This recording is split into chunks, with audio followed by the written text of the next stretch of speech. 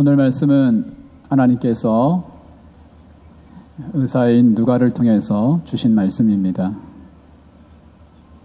특별히 베드로와 관련된 그러한 말씀입니다.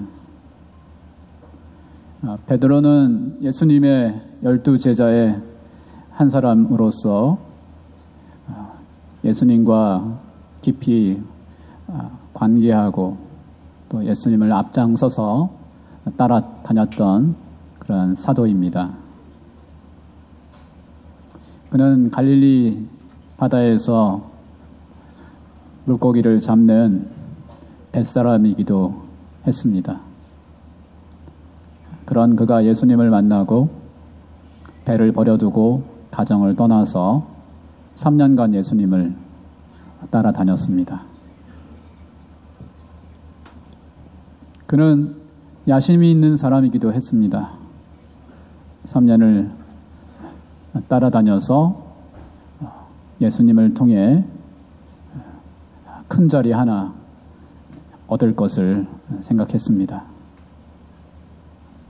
당시로 말하면 장관 자리 정도는 하나 할 수 있을 거라 생각을 하면서 예수님을 따라다녔습니다. 그런 예수님께서 힘없이 죽으시려고 할 때에는 그 예수님을 붙잡고 항변하기도 했고, 예수님의 죽으시는 그 자리까지 내가 갈지라도 결코 주님을 배반하지 않겠다고 호언장담했지만 3번이나 주님을 모른다고 비천한 종 앞에서 외쳤던 사람이기도 합니다. 그는 예수님의 죽음 후에 다시 뱃사람이 되기로 했습니다. 갈릴리 고향으로 돌아간 것입니다.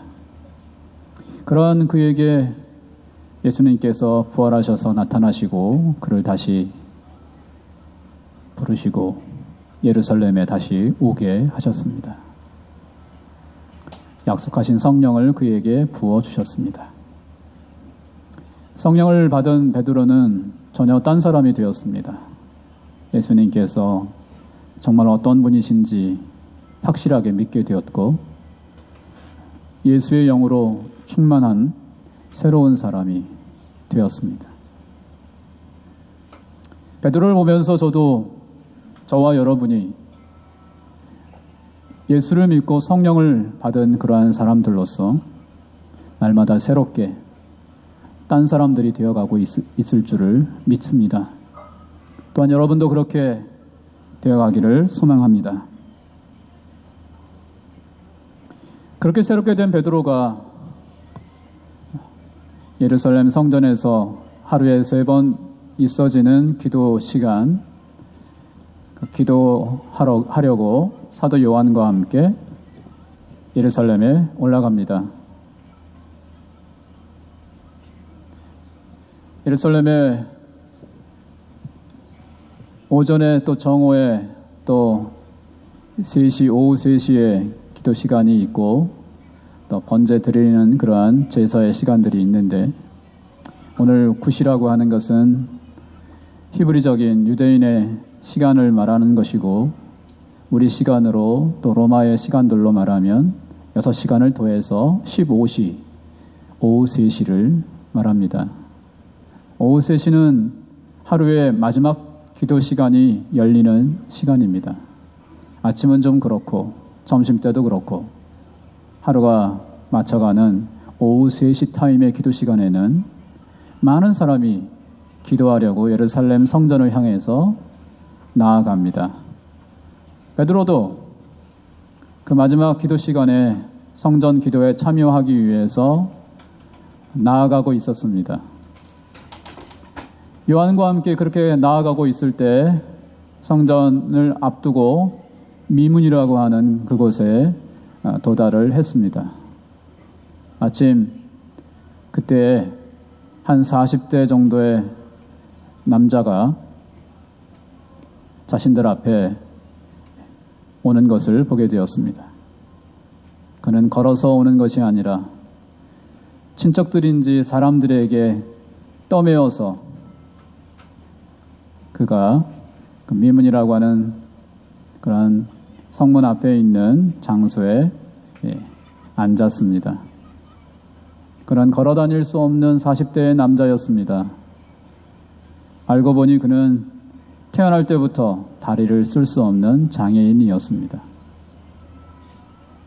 날마다 그의 친구들인지 그의 친척들인지 그를 떠매어서 구걸하며 살 수 있도록, 특별히 마지막 기도 시간에 많은 사람들이 몰리는 이 오후 3시에 그를 미문 앞에 이렇게 데려다 놓는 것입니다. 베드로와 요한이 그런 차에 이제 미문 앞에서 성전에 들어가려고 하는데 그를 만난 것입니다. 그는 평소와 같이 사람들에게 구걸하기 위해서 베드로와 요한을 바라보았습니다. 그리고 도와달라고 말을 하였습니다. 성전이라는 것은 제사하고 하나님을 예배하고 기도하러 가는 것 아닙니까? 그 하나님께서 모세오경에 뭐라고 말합니까? 사회적 약자에 대해, 경제적 약자에 대해, 어려운 자들에 대해, 장애인들에 대해 구제할 것을 강조하는 게 모세오경이고, 또 기도하러 갈 때 그러한 말씀을 생각한다면 당연히 돈을 기부하고 또 주었을 것입니다. 아마 그러한 돈들로 살아가게 된 사람이 바로 이 40대에 걷지 못하는 사람이었습니다. 그래서 이번에도 베드로를 향하여 한 푼 달라고, 도와달라고 그들을 쳐다보고 그들에게 구걸을 했던 것입니다. 그럴 때 오늘 말씀을 보면 3장 4절에 베드로가 요한과 더불어 주목하여 이르되 우리를 보라 하니, 베드로가 그 걷지 못하는 구걸하는 사람을 주목하여 보았습니다. 자세히 보았다는 얘기입니다. 그가 왜 자세히 보았는지 이 말 속에서는 금방 나타나지는 않지만, 사도행전의 저자가 누가이고 하면 비슷한 사례를 누가복음에서 또 사도행전에서 살펴보면 주목한다, 이 걷지 못하는 사람을 주목한다는 것이 단순한 표현이 아님을 알게 됩니다. 누가복음 5장에서는 비슷한 사람이 있었습니다. 중풍 때문에 뇌출혈로 인해서 전신마비를 쓸 수 없게 된 사람이 친구들의 도움을 통해서 집안에 계신 예수님께 만나려고 지붕을 뜯어내고 예수님께 매달아서 내려오던 중풍병자, 걷지 못하는 사람, 이런 사람이 오게 될 때 예수님께서는 누가복음 5장 17절 이하에 보면 그들의 믿음을 보시고, 그렇게 그들의 믿음을 주목하시고 너의 죄가 용서받았다, 일어나 걸어라, 그러한 말씀이 누가복음 5장 17절 이하에 있습니다. 예수님께서 그들의 믿음을 보신 것입니다. 우리 한번 사도행전에서도 한번 말씀을 볼까요? 14장 9절 말씀.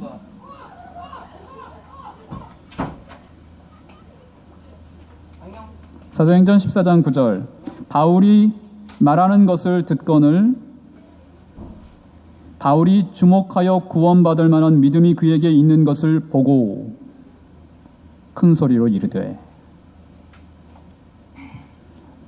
바울이 1차 선교 여행에서 터키 지역의 남부에서 선교하고 있었습니다. 특별히 루스드라 지역의 지방에서 선교하고 있을 때 오늘 이 베드로가 만난 사람처럼 역시 걷지 못하는 사람이었습니다.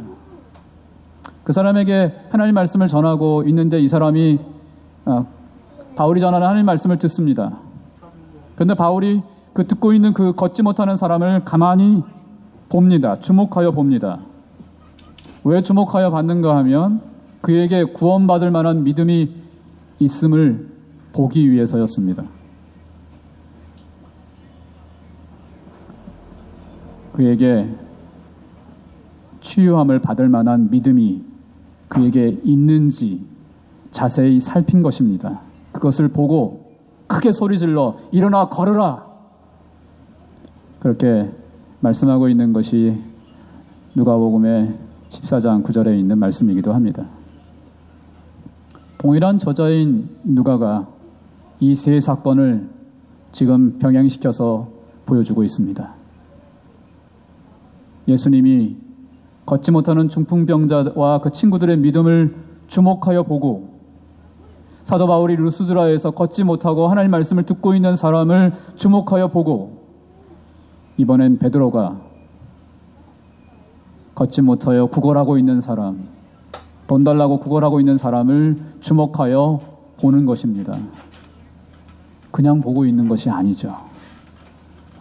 이 사람이 치유받을 수 있는, 일어날 수 있는 그러한 믿음이 있는가, 그럴 만한 믿음이 있는가 하는 것을 그 사람을 본 것입니다.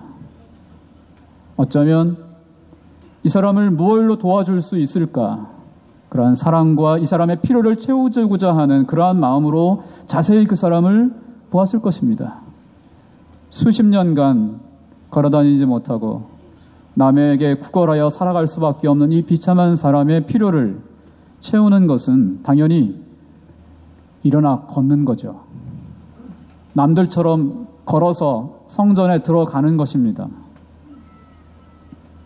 사도 바울이 구원받을 만한, 일어날 만한 믿음이 있는가?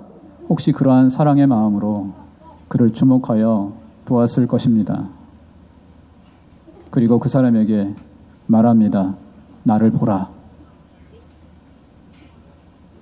믿음이 있는가? 그를 자세히 살펴볼 때 그로 하여금 베드로를 보라고 말합니다.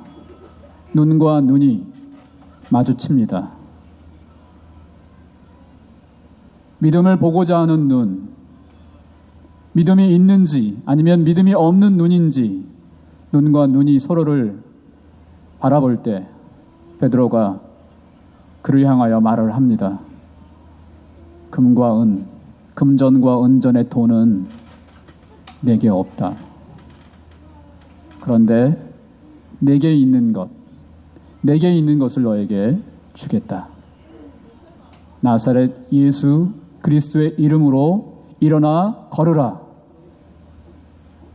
예수의 능력으로, 구원자 메시아 예수의 능력으로 그 능력을 너에게 주노니 일어나 걸으라.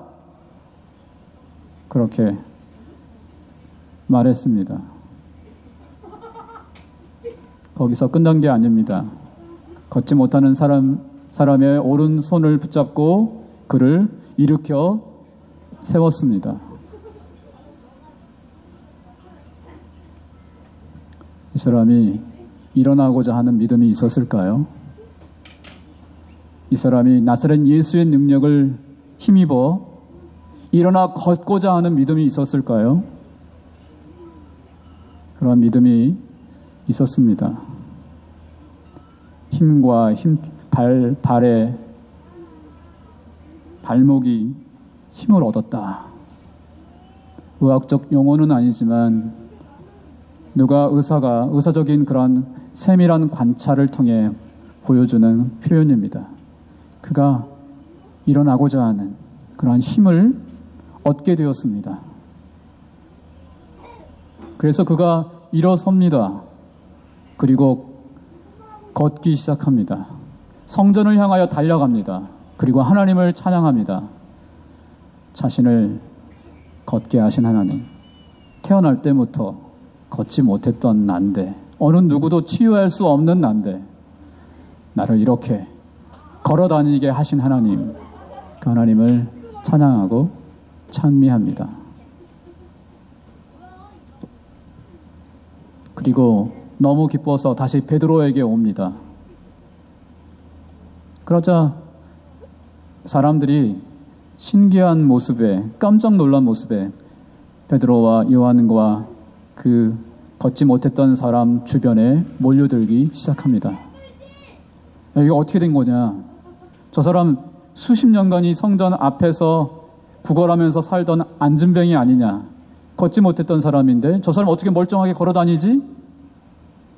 무슨 일이 일어난 거지? 저 사람이 고쳤대. 저 사람이 일어나 걸어라 했더니 일어나 걷고 있는 거야. 그래, 참 신기하다. 사람들이 베드로 주변에 또 그 사람 주변에 몰려오기 시작했습니다. 오늘 읽지는 않았지만 3장 11절 이하는 그 몰려온 사람들을 향해서 베드로가 설교하고 있는, 예수님을 증거하고 있는 그러한 내용을 담고 있습니다. 사람들에게 말합니다. 여러분, 제가 이 사람 고친 게 아니에요. 왜 저를 주목합니까? 제가 뭐 대단한 사람인 것처럼 저를 왜 주목합니까? 제가 고친 게 아닙니다. 여러분이 자세히 주목해야 할 분이 있습니다. 바로 예수님입니다. 여러분이 얼마 전에 그 예수를 죽였죠? 예루살렘 사람들이요. 빌라도가 죄가 없다고 놓아주려고 했는데 여러분이 죄가 있다고 정치범으로 몰아서 여러분이 죽이신 그 예수, 그 예수는 부활하셨고 그 예수는 승천하셨고 하나님의 보좌 우편에 앉으셨습니다. 그분은 무죄하신 분으로 하나님 앞에 인정받으셨고 다시 살아나셔서 하나님 보좌 우편에 앉는 영광을 받으시고 온 세상의 주님이 되셨습니다. 그분께 주목해야 합니다. 그분께서는 오래전부터 아브라함의 약속 가운데, 사무엘의 약속 가운데 다윗의 후손으로 이 땅에 천하 만민을 복되게 하기 위해 오신 예수님입니다. 그분은 죽어서 무덤에 계신 분이 아니라 그분은 다시 부활하시고 승천하시고 하나님 보좌 우편에 지금 앉아 계시는데, 그분이 하나님 보좌 우편에 편안히 앉아 계시는 분이 아니라 그분의 영이신 성령, 예수의 영을 우리 가운데 부어주신 분입니다. 예수의 영을 부어주신 그분이 또한 우리에게 믿음을 주신 분입니다. 그 믿음으로 이 사람이 일어난 겁니다. 걷고 있는 겁니다. 그렇게 그는 말하고 있는데, 바로 3장 16절 말씀. 그 이름을 믿음으로 베드로가 믿었든 이 사람이 믿었든 그 이름이, 그 예수가 너희가 보고 아는 이 사람을 성하게 하였나니 예수로 말미암아 난 믿음이 너희 모든 사람 앞에서 이같이 완전히 낫게 하였느니라.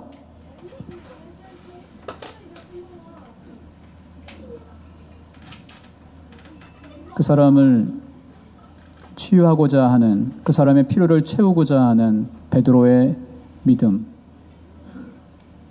베드로가 선포한 나사렛 예수의 이름으로 일어서고자 하는 이 안진뱅이요 걷지 못하는 사람의 믿음, 그 믿음을 예수께서 주셨고 그 믿음으로 이 사람이 걷고 있습니다. 부활하신 예수, 천상에 계신 예수, 하늘 보좌에 계신 그 예수가 지금 이 사람을 고치시고 다시 걷게 하신 것입니다. 나 베드로가 아니라 내가 믿고 있는 내 안에 예수 그리스도에게 주목하십시오. 그분을 보십시오. 그분을 보시고 그분의 우리의 죄와 우리의 죽음과 마귀의 노예에서 해방시키기 위해서 구원하신 예수 그리스도를 주님으로 믿고 돌아오십시오. 돌이키십시오. 죄악의 자리에서, 죽음의 자리에서, 마귀의 종된 삶의 자리에서 나에게, 예수에게 돌아오십시오. 그렇게 말하고 있는 게 사도행전 3장의 말씀입니다.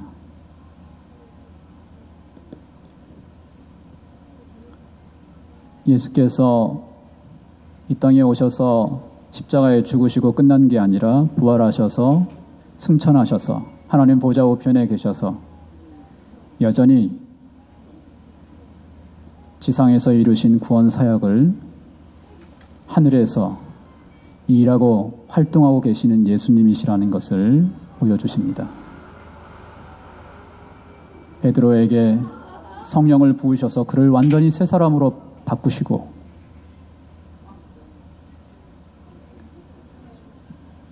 그에게 이 거린이, 이 구걸하는 사람이 과연 일어설 만한 믿음이 있는지를 볼 수 있는 그러한 사도적인 그러한 안목을 그에게 특별히 주시고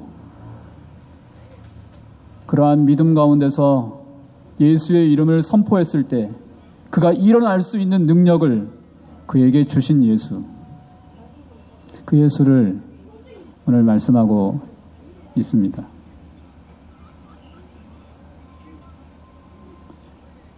그 예수께서 2019년에 이 10월 20일에 주일에 예배하고 있는 우리 안암교회 성도들이 믿는 예수인 줄 믿습니다.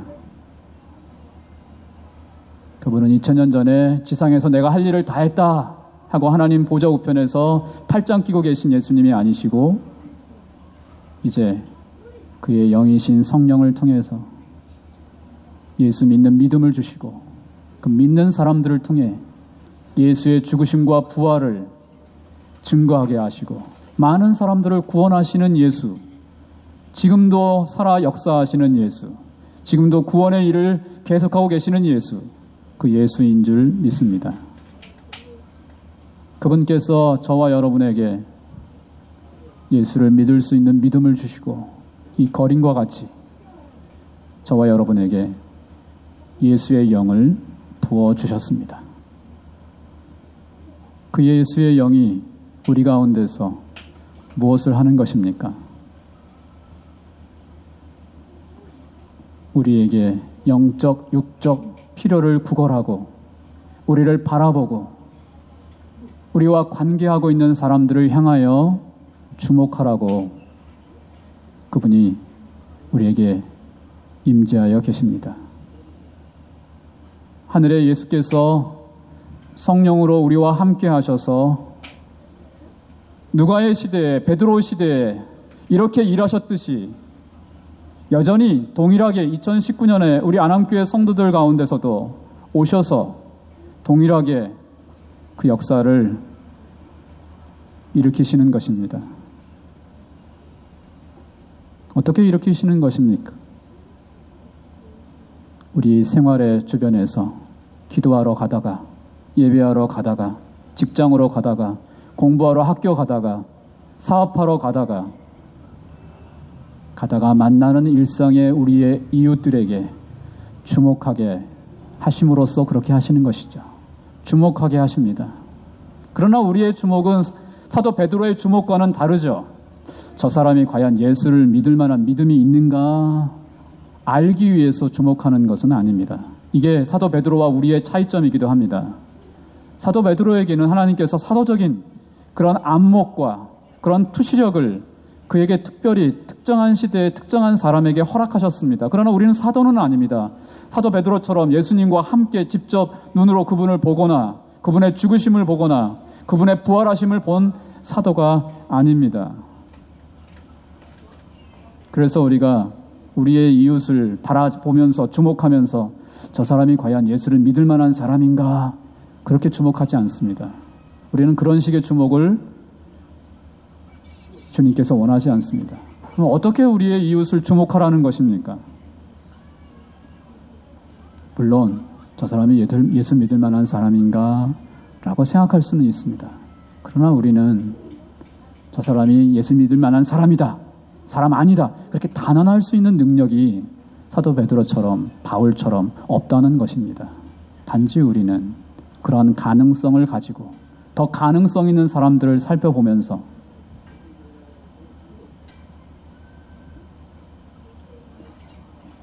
걷지 못하는 사람을 일으켜 세우려는 그러한 믿음이 아니라 나의 이웃에게 육적인 필요가 무엇이 필요한지, 영적인 필요가 무엇이 있는지 자세히 살펴보는 것입니다.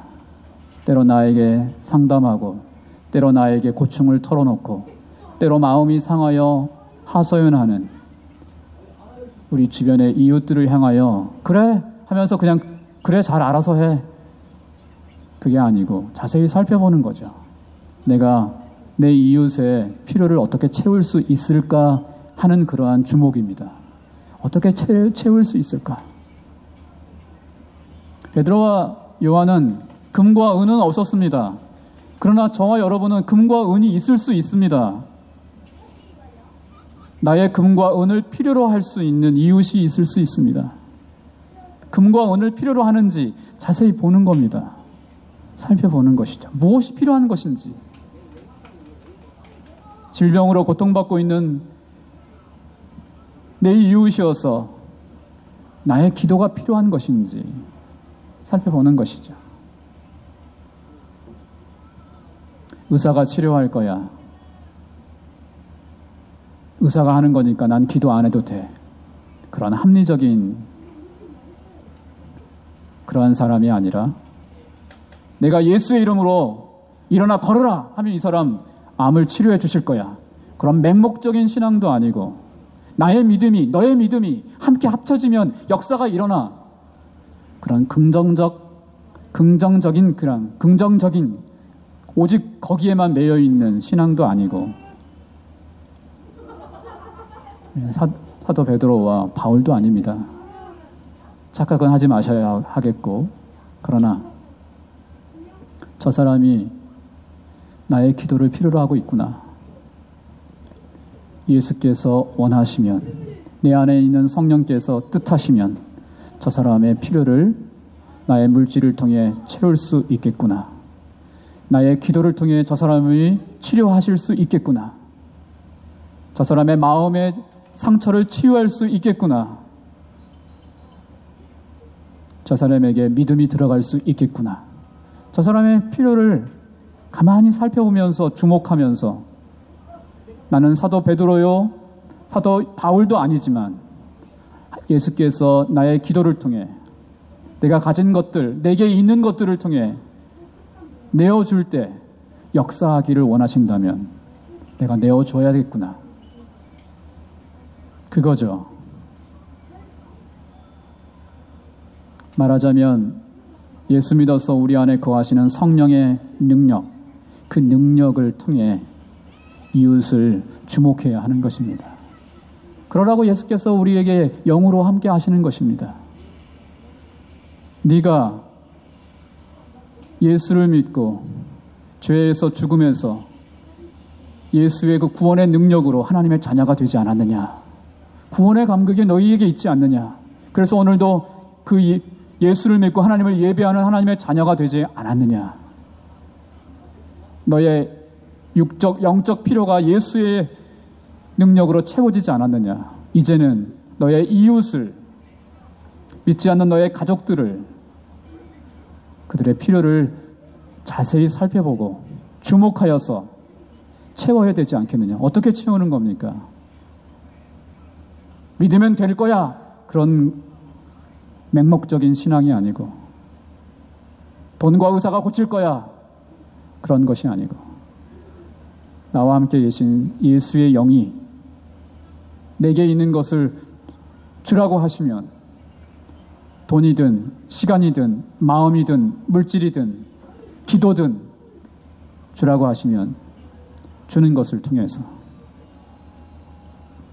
더 중요한 것은 그런 성령의 능력을 통해서, 사랑으로 역사하는 믿음을 통해서 사람들이 그 능력으로 일어서게 되는 것입니다. 그것으로 치유를 받습니다. 그리고 우리를 바라봅니다. 우리가 그들의 시선을 끌게 됩니다. 우리를 주목하는 것이 아니라 우리에게 예수의 사랑의 능력 때문에 우리에게 시선을 둘 때, 그때 우리가 정말 주목해야 하는 분, 내 안에 계신 예수 그리스도의 죽으심과 부활하심과 그분이 온 세상의 주님으로서 마지막 때에 오셔서 그리스도의 나라를 이루고 새하늘과 새 땅을 이루실 분이라고 하는 것을 전해야 하는 것이죠. 증인이 되는 것입니다. 그러한 이웃을 위한 모든 착한 일은 착한 일을 하기 위한 것으로 끝나는 것이 아니라 목적이 있습니다. 더 착한 일, 진짜 내 이웃의 궁극적인 필요를 채워줄 수 있는 일, 정말 내게 있는 절대적인 소중한 가치인 예수 그리스도의 능력을 보여주고 내 안에 있는 예수 그리스도께 주목하여서 돌아오게 하는 것이죠. 성전 밖에 있는 게 아니라, 교회 밖에 있는 게 아니라 교회 안으로 들어오게 하는 것입니다. 걷고 뛰며 예수 그리스도의 구원을 찬양하게 하는 일이죠. 그게 최종적인 증인의 삶입니다.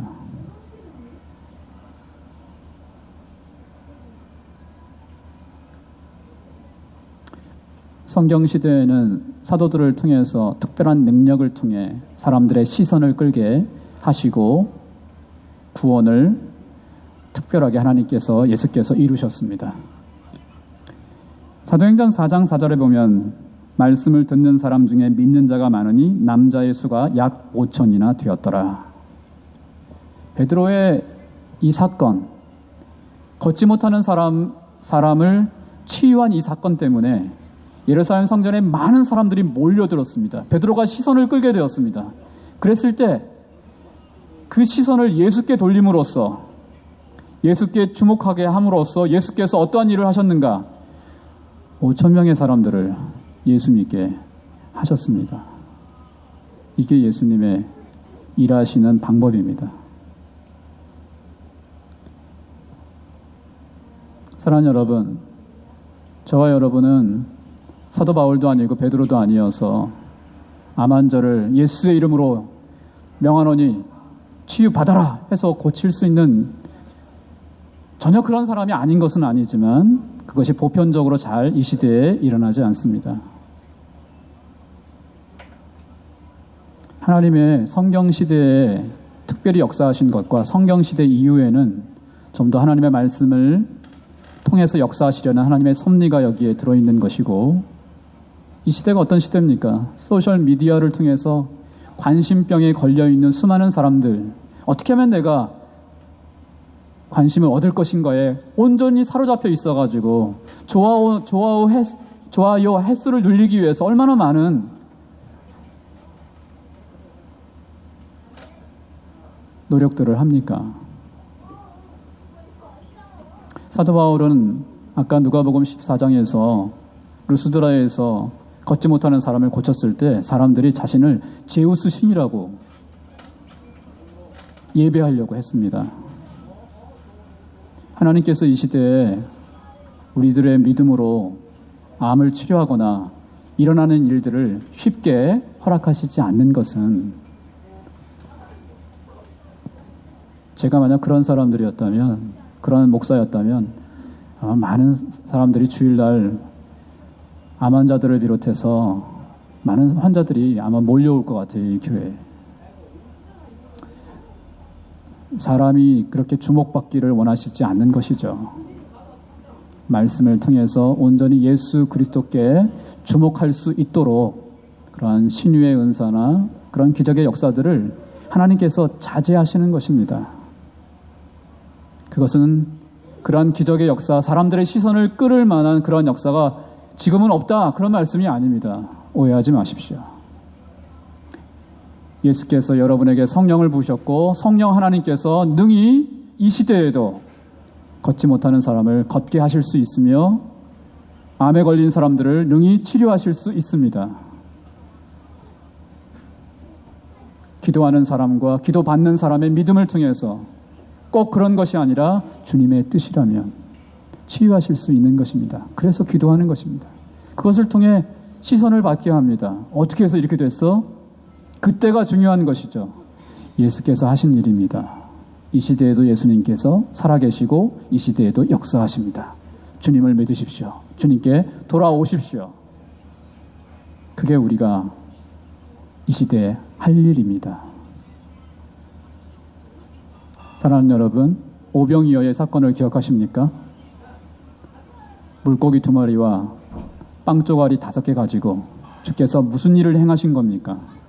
5,000명을 먹이셨습니다. 이게 주님의 역사입니다.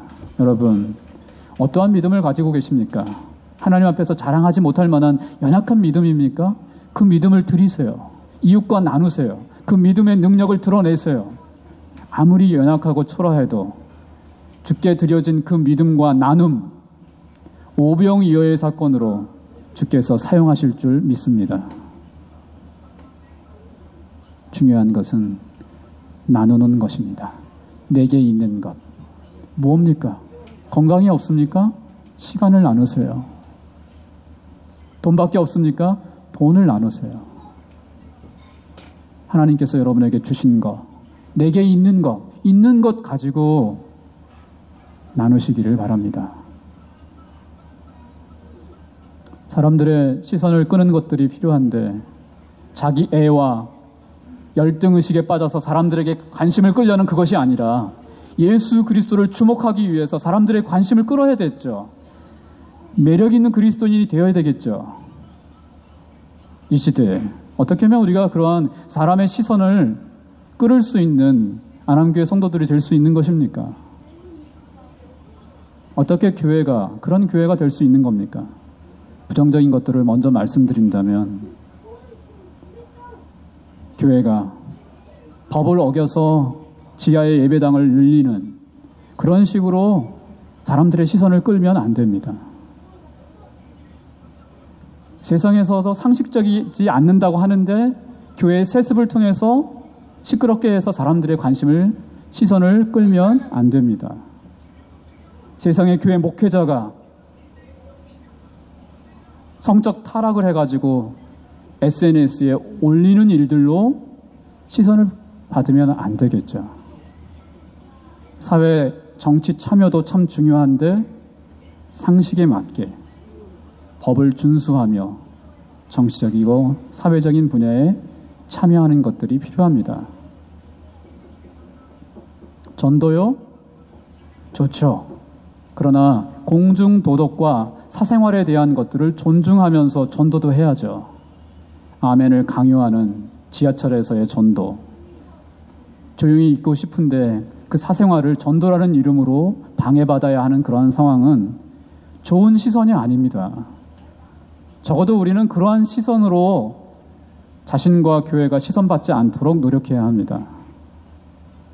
아까 말씀드린 대로 내가 가지고 있는 것, 우리 온 안암교회 성도들 한 사람이 한 사람이 학교에서 다른 사람 다 그냥 밥 먹는데 기도하면서 감사하면서 먹을 수 있는 것, 그게 형식입니까? 시선을 받는 것이죠. 감사하면서 먹을 줄 알구나, 쟤는. 왜 그러지? 교회 다니나 봐. 좋은 일, 착한 일, 기부하고 헌금하고 구제하고 도와줌으로써 시선을 받으면 나를 드러내는 게 아니라 그 시선의 찬스에 예수 그리스도의 증인의 삶을 살 때 우리 주님께서 그것을 통해 자신을 드러내시고 자신의 백성들을 이 시대에도 여러분을 통해서 구원하실 줄 믿습니다. 그러한 사람들의 시선을 끌어서 정말 주님을 위해 그 시선으로 주님을 드러낼 수 있는, 그렇게 이웃에게 주목할 수 있는 우리 안암교회 성도들이 다 되시기를 주님의 이름으로 축원합니다. 기도하겠습니다.